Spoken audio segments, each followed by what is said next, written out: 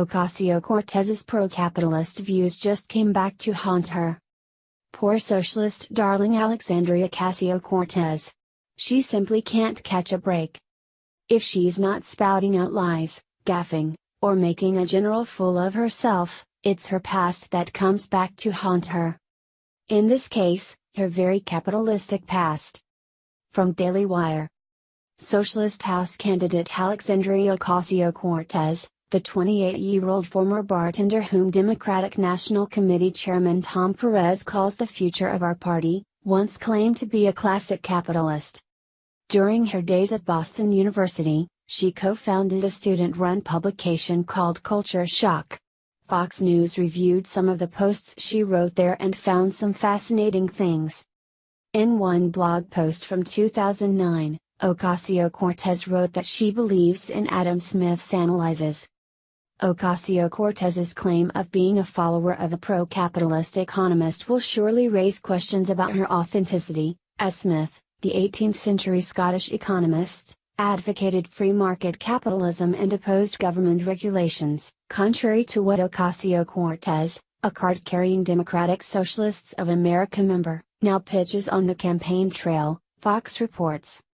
There's just no doubt about it, Howard Husock, a Manhattan Institute senior fellow, told Fox News about Smith being a polar opposite of the New York socialist.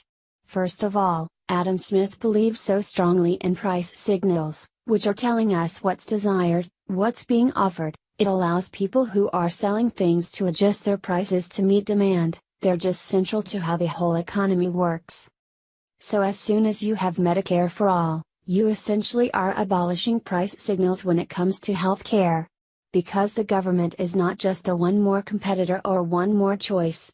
It kills the whole playing field, Husock added.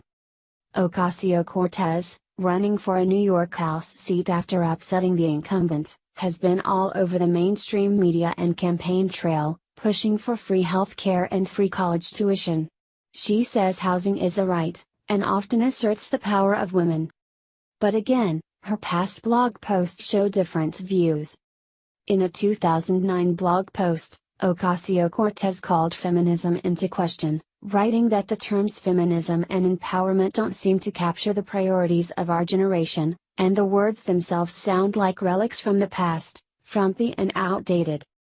We no longer live in the same fight for equality of prior generations. We have moved to the widely accepted reality that marginalizing 50% of a given population doesn't make much sense, mathematically or socially, she wrote. We no longer live in the same fight for equality of prior generations. While Ocasio-Cortez, together with another socialist, Senator Bernie Sanders of Vermont, an independent who ran for president as a Democrat in 2016, has been pushing for Medicare for all to be implemented ASAP, she once said the debate about it moves slowly for a good reason. Healthcare is largely an intersection of money and people, which means healthcare discussions often involve the prioritizing of people according to available funds. How can one possibly measure the needs of children, the elderly, the sick, and the healthy against one another? She wrote in a blog post. Fox News wrote that most blog posts written during Ocasio-Cortez's reign at the publication, which include articles on issues like Donald Trump's 2012 run for president and Israel-Palestine conflict, aren't available and only a select few were reviewed. But the 14th district candidate has touted her honesty as a chief selling point. I think my strength is